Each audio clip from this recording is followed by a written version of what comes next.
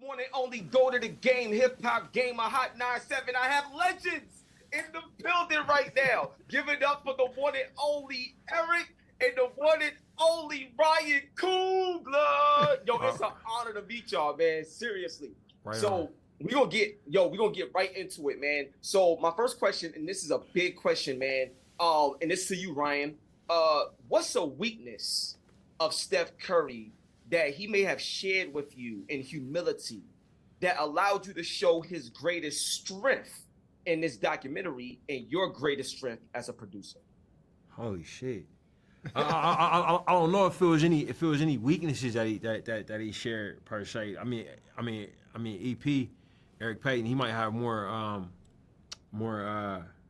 knowledge like of anything specifically like that. But I would say there were things about him that people deemed as weaknesses. His height, his physicality, that people deemed as weaknesses that he turned into strengths with developing like his outside shooting and shooting at volume. And I think that actually is a lot about a lot of what the film is about, I think, and that people who were talent, prospect scouts, draft scouts, or what have you, looking at this guy and saying, "Oh yeah, his body won't allow him to do X, Y, or Z," so therefore his value should be this. Whereas they're not looking at what he could do, which is shoot the ball at an unbelievable rate and at unbelievable distances. And with an unbelievable quickness, you know what I mean? Like they weren't looking at that; they were looking at what he couldn't do, or what his body kept him back from doing. So I think that in essence is like what the film is about. Like when you look at somebody, what are you seeing? You know what I'm saying? And how are you judging that value? That's amazing, bro. That's an incredible breakdown. Now, yo, EP, I got something major for you, man. So what I want to ask you is capturing Steph Curry's journey and being underrated. How does this documentary reflect your growth as a producer who also may have dealt with your own experience of people looking at you as an underrated figure? Yeah, I mean, I think this documentary really reflects my growth, and hopefully, everyone can really reflect or really like take something from this film. But for me, just being able to push through adversity, right? Like anytime you're in any type of profession, you're gonna deal with some type of adversity. And I think seeing Stephen's challenges throughout the film really is relatable to not only my journey, but anybody's journey that's trying to achieve something great. And so I think just seeing those challenges, whether it be his injuries or whether it be being overlooked in high school, or any other things, like you see all these challenges and these on his journey, and I think that all of that is relatable to anybody that is trying to achieve anything, whether it be like the 8-year-old that just wants to get playing time on the AAU team, or whether it be the 45-year-old that's trying to get a movie in the theater, right? So I think all those things are very, very, very relatable. Incredible, man. So major question. Now, I need both of y'all to answer this one. So now Spike Lee once did the NBA 2K story, right? So What I want to ask y'all, like, do y'all think that at one point y'all would link y'all talent as producers to the gaming industry? And if so, could we see potentially underrated be inside of an NBA 2K game, or would y'all lead a story in the NBA 2K world? I think that would be insane seeing both of y'all touch that. Yo, Ryan, EP, put me on, son. Put me on. Man, that's. I mean, we haven't been asked that one today, so I appreciate it. I think that as storytellers, as producers, it's and as the world sort of changes, we are always looking for places to tell stories. I think as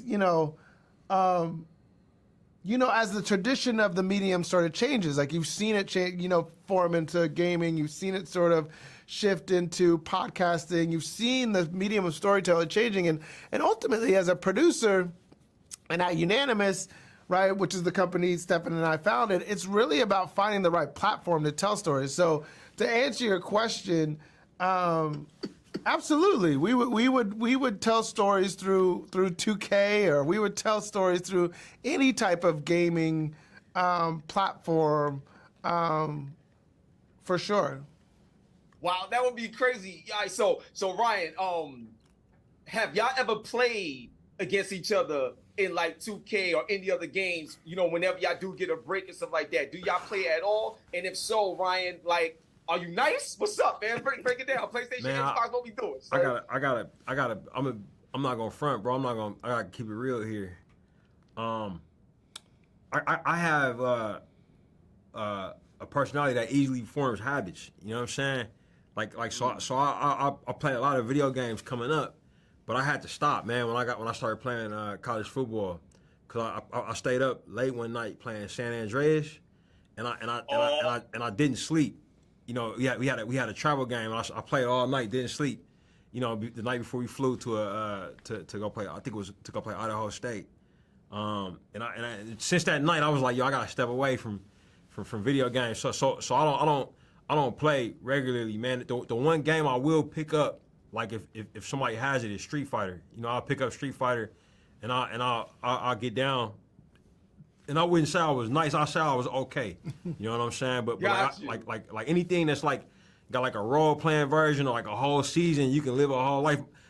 The type of brain I got, I get lost in it, man. And I end up spending too much time doing that, and not focusing on my work. Right. So I had to take a step. I had to take a step back personally. Yo, that's crazy, bro. That's crazy. And fun fact, just to let y'all know, Street Fighter 6 is out now, and I'm actually on the soundtrack. For Street Fighter 6, bro. Oh, that's what's up. And yeah, so we got the locks on there. We got Benny the Butcher, Graph. Like, it's a big deal. So the reason why I ask you these questions is because with the work that you do, we need that in the gaming industry. Yeah. And I'm the one. You know what I mean? So that's why I wanted to let y'all know. We definitely going to connect again.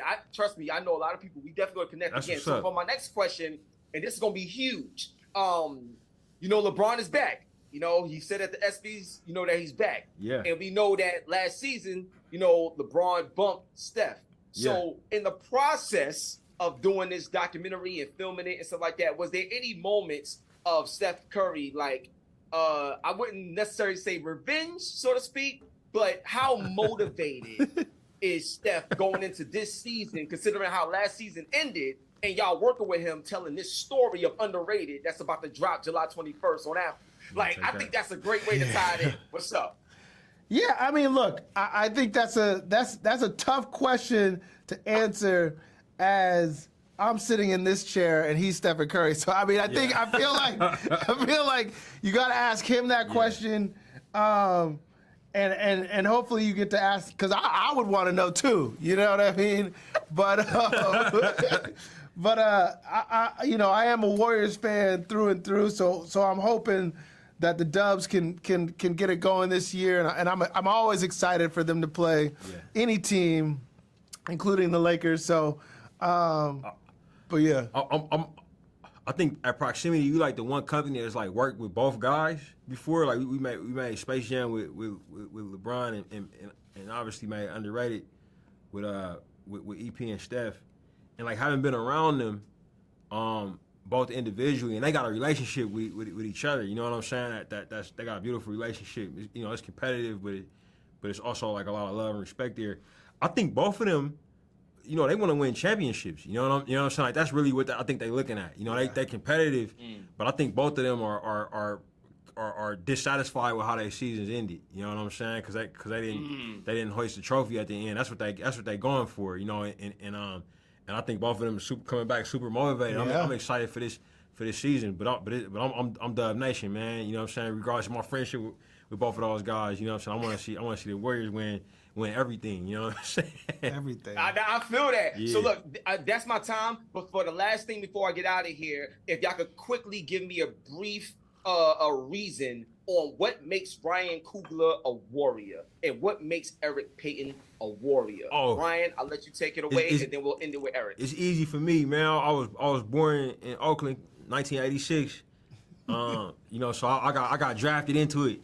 You know what I'm saying, for better or for worse, man. I was there when it was Run TMC. I was there when our best player got into an altercation with the coach and got shipped out here to New York and almost took y'all to the championship. You know what I'm saying? I was there for the Chris Webber years, the Anton Jameson years, Don Floyd years. You know, we believe with all those guys, BD and Steven Jackson, and Matt Barnes, and I'm here for the Steph, Clay, and Dre run, and everything in between. You know what I'm saying? But I was guilty by birth. You know what I'm saying? You know? Yeah. I got that. Yeah, for me, man, I wasn't born into it, but it feels like I was. I mean, this might as well be. Yeah, no, for sure. We adopt you, bro, Mississippi, bro. I love it. I love it. Yeah, y'all got no NBA team. No, we ain't got no NBA team. So, I mean, it's just really about, once you start working with everybody around the Warriors organization and the fans of the Warriors, you kind of just want to be engulfed and adopted by them. So. That's what makes me a Warrior through and through is just, everything the franchise has done for the community, everything that, they've done for SC and the team around him. And so yeah, that's what makes me a Warrior. God bless to you both. That's my time. It's the one and only go to the game hip hop gamer on your hot 970. Oh, God, That's get our him. word. You already know what it is. EP and Ryan Coogler. Love y'all, and we out of here. Peace. Right on, bro.